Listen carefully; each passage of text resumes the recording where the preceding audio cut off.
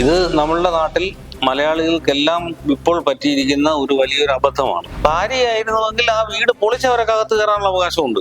അത് സർക്കാരിന്റെ പൈസ ഇല്ലാത്തതിന്റെ പേരിലാണ് അവർ ആ തരത്തിൽ ചെയ്യുന്നത്.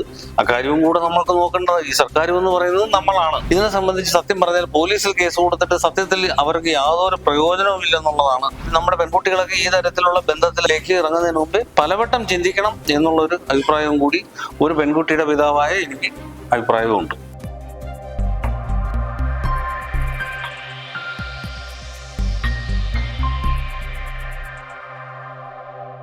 നമസ്കാരം, ഞാൻ സൂര്യശ്രീ.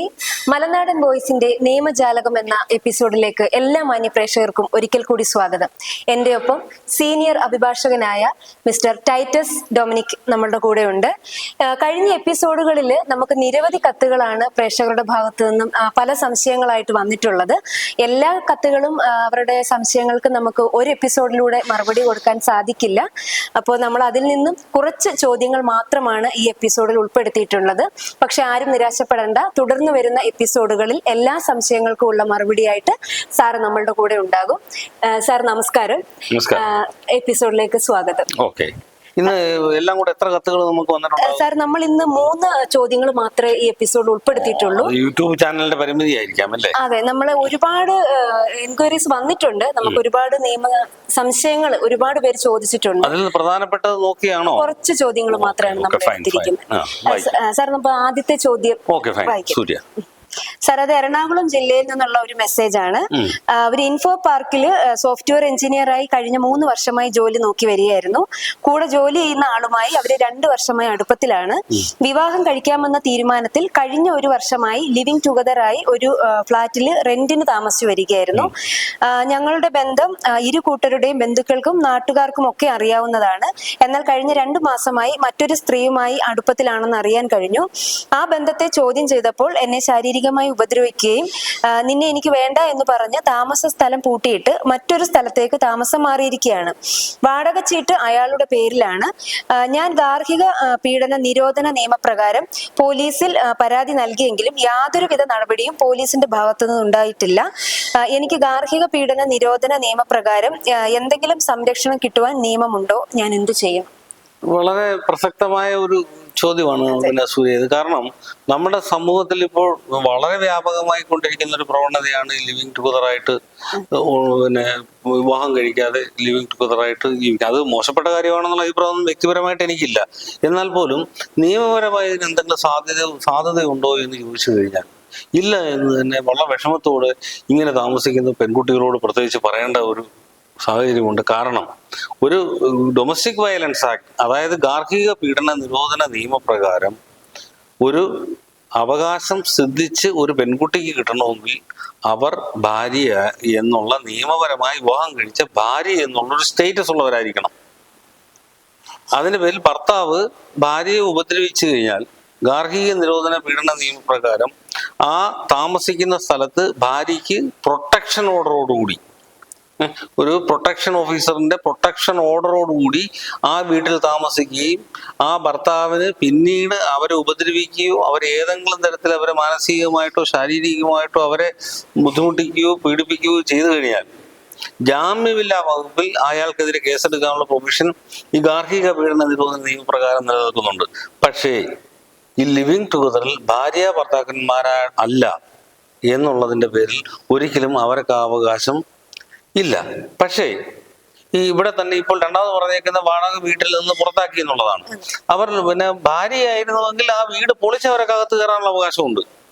നാട്ടുകാരെ കൊണ്ടില്ല, അത് താക്കോല് ഹൗസ് ഓണറിനോട് അവർക്ക്, ആ വീട്ടുടമസ്ഥനോട് അവർക്ക് പറയാൻ, എനിക്ക് തുറന്നു തരണം, ഞാൻ ഭാര്യയാണ്, എൻ്റെ ഭർത്താവിൻ്റെ പേരിലാണ് വാടക ചീട്ടെങ്കിൽ എനിക്ക് അവകാശമുണ്ടെന്ന് പറയാനുള്ള അവകാശം ആ പെൺകുട്ടിക്ക് ഉണ്ടാകുമായിരുന്നു.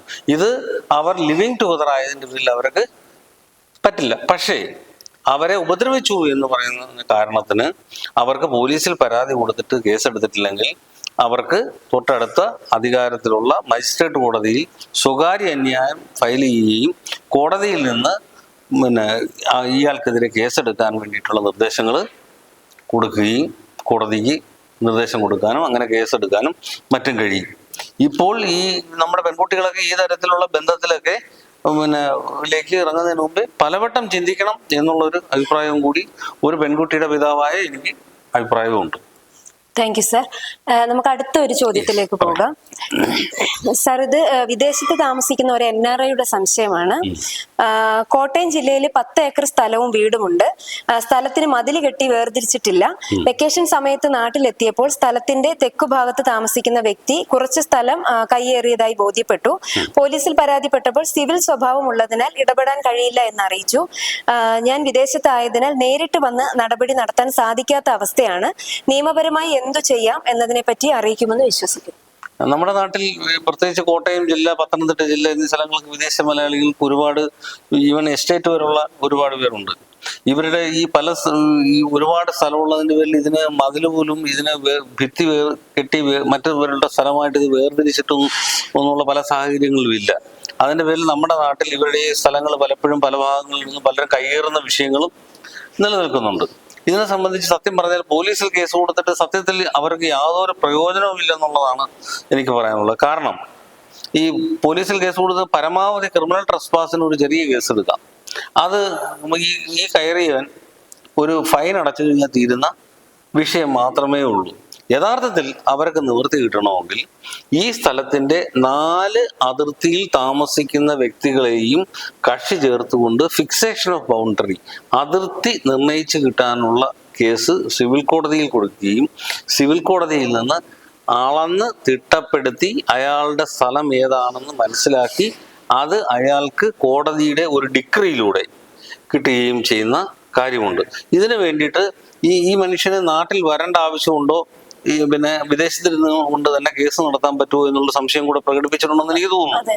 അങ്ങനെയാണെങ്കിൽ ഇക്കാര്യത്തിന് അവർ നാട്ടിലോട്ട് വരേണ്ട ആവശ്യമില്ല. അവിടുത്തെ ഏത് നാട്ടിലാണോ ഉള്ളത് ആ നാട്ടിലെ എംബസി വഴി അറ്റസ്റ്റ് ചെയ്തിട്ടുള്ള ഒരു ജനറൽ പവർ ഓഫ് അറ്റോർണി അല്ല, സ്പെഷ്യൽ പവർ ഓഫ് അറ്റോർണിയിലൂടെ അടുത്ത ബന്ധുക്കളെയോ വിശ്വാസമുള്ള ഒരാളെയോ കേസ് നടത്തിപ്പിന്റെ കാര്യത്തിലേക്ക് വേണ്ടി ചുമതലപ്പെടുത്തി ആ വ്യക്തിക്ക് കോടതിയിൽ കേസ് ഫയൽ ചെയ്യുകയും കോടതിയിൽ ഈ വിദേശത്ത് താമസിക്കുന്ന മനുഷ്യന് വേണ്ടിയിട്ട് മൊഴി പറഞ്ഞ് വിധി സമ്പാദിക്കാനായിട്ട് കഴിയുകയും ചെയ്യും. തീർച്ചയായിട്ടും ഇത് ഈ മനുഷ്യൻ വിജയിക്കുന്ന കേസാണ്. അത്യാവശ്യമായിട്ട് വളരെ പെട്ടെന്ന് അടിയന്തരമായി ഫിക്സേഷൻ ഓഫ് ബൗണ്ടറിക്ക് സിവിൽ കോടതിയെ സമീപിക്കുക എന്നുള്ളതാണ് എനിക്ക് പറയുവാനുള്ളത്. Thank you Surya. സാർ, മറ്റൊരു ചോദ്യമുണ്ട്. എറണാകുളത്ത് തൃപ്പൂണിത്തുറയിലുള്ള ഒരു വ്യക്തിയാണ് ഈ സംശയം ചോദിച്ചിരിക്കുന്നത്. അദ്ദേഹം 2015 3000 സ്ക്വയർ ഫീറ്റിന്റെ ഒരു വീട് പണി കഴിച്ചു. വീടിന് വർഷം തോറും കെട്ടിട നികുതി അടയ്ക്കുന്നുണ്ട്. 2020 ആയപ്പോൾ വീടിന്റെ ടെറസിൽ ചോർച്ച അനുഭവപ്പെട്ടപ്പോൾ വീടിന് ടെറസ് വർക്ക് ചെയ്തു. ടെറസ് വർക്ക് ചെയ്ത ഭാഗത്ത് 500 സ്ക്വയർ ഫീറ്റിന്റെ സിമന്റ് ബോർഡ് കൊണ്ട് 4 വശവും മറച്ച് വാഷിംഗ് മെഷീൻ വെക്കാനും തുണി അലക്കി ഉണക്കാനും ഉണ്ടാക്കി. ഇപ്പോൾ മുനിസിപ്പാലിറ്റിയിൽ നിന്ന് ഉദ്യോഗസ്ഥർ വന്നിട്ട് ടെറസ് ഭാഗത്തെ 500 സ്ക്വയർ ഫീറ്റും വീടിന്റെ ആകെ വിസ്തീർണത്തിൽ കൂട്ടി അധിക കെട്ടിട നികുതി അടയ്ക്കാൻ നോട്ടീസ് തന്നിരിക്കുകയാണ്. കൂടാതെ ബിൽഡിംഗ് പെർമിറ്റ് ലംഘനമാണെന്നും പിഴ അടയ്ക്കണമെന്നും ആവശ്യപ്പെട്ടിരിക്കുകയാണ്. നിയമോപദേശം നൽകണമെന്ന് അഭ്യർത്ഥിക്കുന്നു. ഇത് നമ്മളുടെ നാട്ടിൽ മലയാളികൾക്കെല്ലാം ഇപ്പോൾ പറ്റിയിരിക്കുന്ന ഒരു വലിയൊരു അബദ്ധമാണ്. അതായത് വീട് വെക്കും, കുറച്ച് കഴിയുമ്പോൾ വീടിന്റെ വാർക്കയ്ക്ക് ചോർച്ച സംഭവിക്കും. ഈ ചോർച്ച സംഭവിച്ചു കഴിയുമ്പോഴത്തേക്ക് അവർ മുകളിൽ റൂഫ് വെക്കും. റൂഫ് വെച്ച് കഴിയുമ്പോഴത്തേക്ക് അതിൻ്റെ മുകളിൽ അവർ ഒരു ക്ലോസ്ഡ് ആയിട്ടുള്ള ഈ 4 സൈഡും ക്ലോസ് ചെയ്തിട്ടുള്ള ഒരു റൂഫാണ് അവർ ചെയ്യുന്നതെങ്കിൽ ഇപ്പോൾ അധിക നികുതിയായി ഈ വീടിന്റെ സ്ക്വയർ ഫീറ്റിന്റെ കൂടെ അതും കൂടെ കൂട്ടും. ഇതിപ്പോൾ 3000 സ്ക്വയർ ഫീറ്റിന്റെ വീടായിരുന്നു. അപ്പോൾ 500 സ്ക്വയർ ഫീറ്റിന്റെ അധികമായിട്ടുള്ള ഈ കെട്ടിയടച്ച സ്ഥലവും കൂടെ ഉണ്ടെന്നാണ് പറയുന്നത്. അപ്പോൾ അത് റിയലി മുൻപായിരുന്നെങ്കിൽ അത് ലക്ഷറി ടാക്സ് ആയിരുന്നു. മനസ്സിലായില്ലേ? ഈ ലക്ഷറി ടാക്സിനെ സംബന്ധിച്ച് കേരള ഹൈക്കോടതിയിൽ ഒരു കേസ് വരികയും ആ കേസ് ഈ ലക്ഷറി ടാക്സ് ആ തരത്തിൽ ഈടാക്കിക്കൂടാ എന്നൊരു കോടതി വിധിയുണ്ട്. അതിന്റെ പേരിൽ ഇപ്പോൾ പുതിയതായിട്ട് ഈ ലക്ഷറി ടാക്സ് എന്നുള്ള ഓമന പേര് മാറ്റിയിട്ട് പുതിയ അധിക നികുതി എന്നൊരു ഓമന പേരിൽ പുതിയ ഒരു ലെജിസ്ലേഷൻ കേരള ഗവൺമെന്റ് കൊണ്ടുവന്ന് ഈ മുകളിലോട്ട് ഈ തരത്തിൽ റൂഫ് ചെയ്തിട്ടുള്ള എല്ലാവർക്കും അധിക നികുതി ഏർപ്പെടുത്തുന്ന ഇതിന് ഉദ്യോഗസ്ഥന്മാർ ഓരോ വീടുകളും കയറിറങ്ങിക്കൊണ്ടിരിക്കുകയാണ്. അതിൻ്റെ പേരിൽ എല്ലാ മലയാളികളും ശ്രദ്ധിക്കുക. ഈ തരത്തിൽ ചെയ്തു കഴിഞ്ഞാൽ നിങ്ങൾ അധിക ടാക്സ് നൽകേണ്ടി വരും. അത് സർക്കാരിന്റെ പൈസ ഇല്ലാത്തതിന്റെ പേരിലാണ് അവർ ആ തരത്തിൽ ചെയ്യുന്നത്. അക്കാര്യവും കൂടെ നമ്മൾക്ക് നോക്കേണ്ടത്. ഈ സർക്കാർ എന്ന് പറയുന്നത് നമ്മളാണ്, അങ്ങനൊരു കാര്യമുണ്ട്. പക്ഷേ ഇതേ സംബന്ധിച്ച് ഈ ലക്ഷറി ടാക്സ് സെറ്റ് അസൈഡ് ചെയ്ത ഹൈക്കോടതി വിധിയെ മറികടക്കാൻ വേണ്ടിയിട്ടാണ് ഇപ്പോൾ അധിക നികുതി എന്ന ഓമന പേരിൽ ഇതിനെ കൊണ്ടുവന്നിരിക്കുന്നത്. ഇത് നിങ്ങളും ഈ ഇതിൽ പരാതിയിൽ ആവശ്യപ്പെട്ടിരിക്കുന്ന ഈ പറഞ്ഞിരിക്കുന്ന വ്യക്തിയും അദ്ദേഹത്തിന്റെ കൂടെ 1-2 പേര് മറ്റ് സമാന ആൾക്കാരുണ്ടെങ്കിൽ അവർ എല്ലാവരും കൂടെ ചേർന്ന് ഹൈക്കോടതിയെ സമീപിച്ചു കഴിഞ്ഞാൽ ഈ അധിക നികുതി എന്ന് പറയുന്നത് കോടതി റദ്ദ് ചെയ്യാനുള്ള സാധ്യത വളരെ കൂടുതലാണെന്നാണ് എനിക്ക് പറയാനുള്ളത്. Thank you sir. അപ്പൊ നിങ്ങൾക്കുള്ള സംശയത്തിനുള്ള മറുപടിയാണ് സാർ നമുക്ക് നിയമജാലകത്തിലൂടെ തന്നിരിക്കുന്നത്. സാറിന്റെ വിലപ്പെട്ട സമയം ഞങ്ങൾക്കും കൂടി തന്നതിന് ഒരുപാട് സന്തോഷം. തുടർന്നുള്ള എപ്പിസോഡിലും സാർ ഞങ്ങൾക്കൊപ്പം ഉണ്ടാകുമെന്ന് കരുതുന്നു. Thank you so much sir. Thank you. Malanadan വോയിസിന്റെ നിയമജാലകം ഇവിടെ അവസാനിക്കുന്നില്ല. പ്രേക്ഷകരുടെ എന്ത് നിയമപരമായ സംശയങ്ങളെ പറ്റിയും ഞങ്ങൾക്ക് എഴുതുക. ഞങ്ങളുടെ ഇമെയിൽ അഡ്രസ്സിലോ വാട്സപ്പ് നമ്പറിലോ നിങ്ങൾക്ക് കോൺടാക്ട് ചെയ്യാവുന്നതാണ്. എപ്പോഴും നിങ്ങളുടെ സംശയ നിവാരണത്തിനായി മലനാടൻ വോയിസ് നിങ്ങൾക്കൊപ്പം ഉണ്ടാകും. Thank you so much. ഞാൻ സൂര്യശ്രീ.